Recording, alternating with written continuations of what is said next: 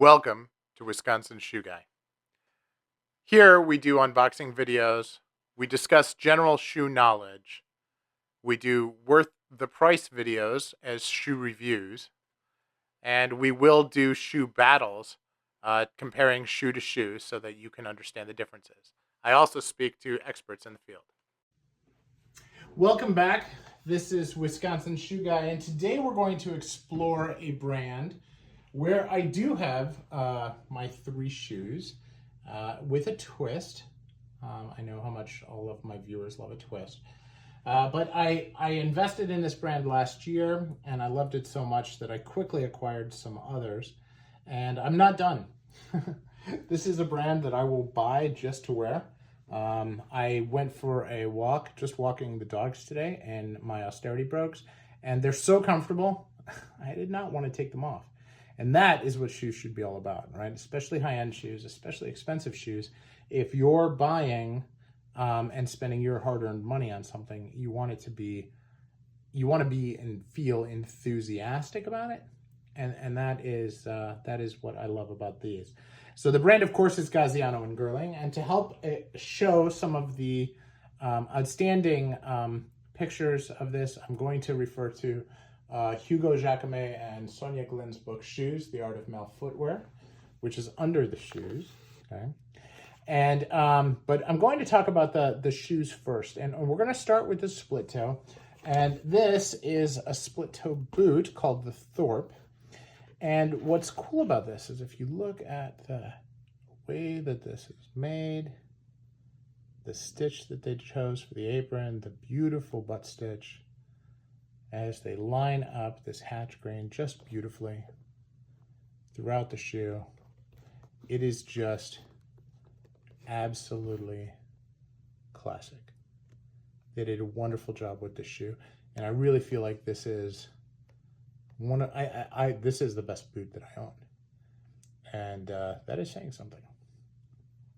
So very, very thrilled with these. I will get a split toe shoe, because I don't wear boots all the time, but I'm so happy that I was able to find these and able to really enjoy it. Now, in my mind, the epitome of Gaziano and Girling is the St. James.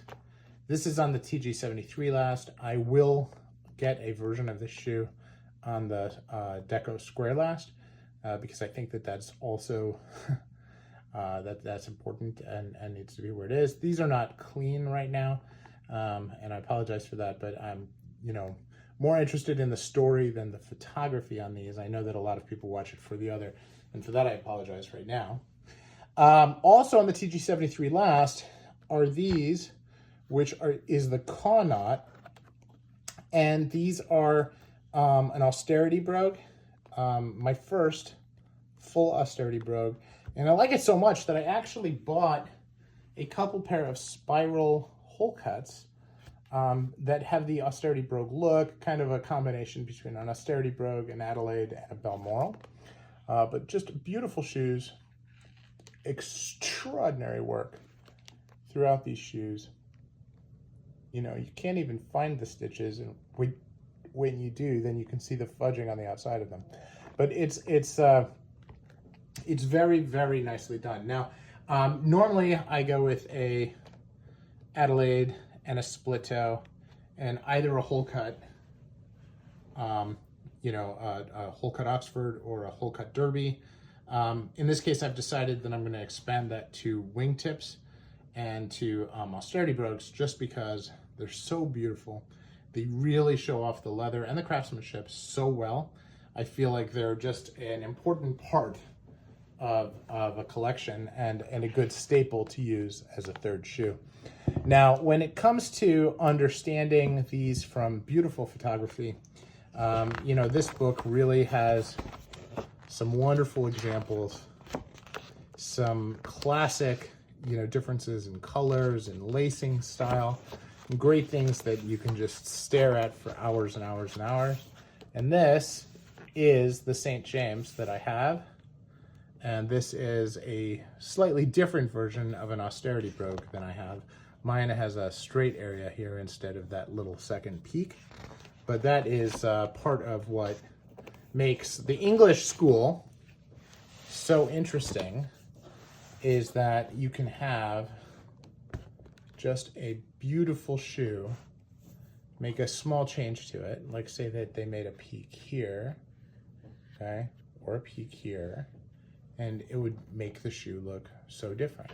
And yet, the edge, the beautiful roundness to it, the suppleness of the leather, all of that remains the same. And, you know, and these soles are, just for lack of another word, to die for. So this is Wisconsin Shoe Guy. I'm obviously very enthusiastic about this brand, but what about you? What do you think? Is this all hype and not enough substance, or do you feel like Gaziano and Girling is really everything that I and other people have been saying? Thanks for watching.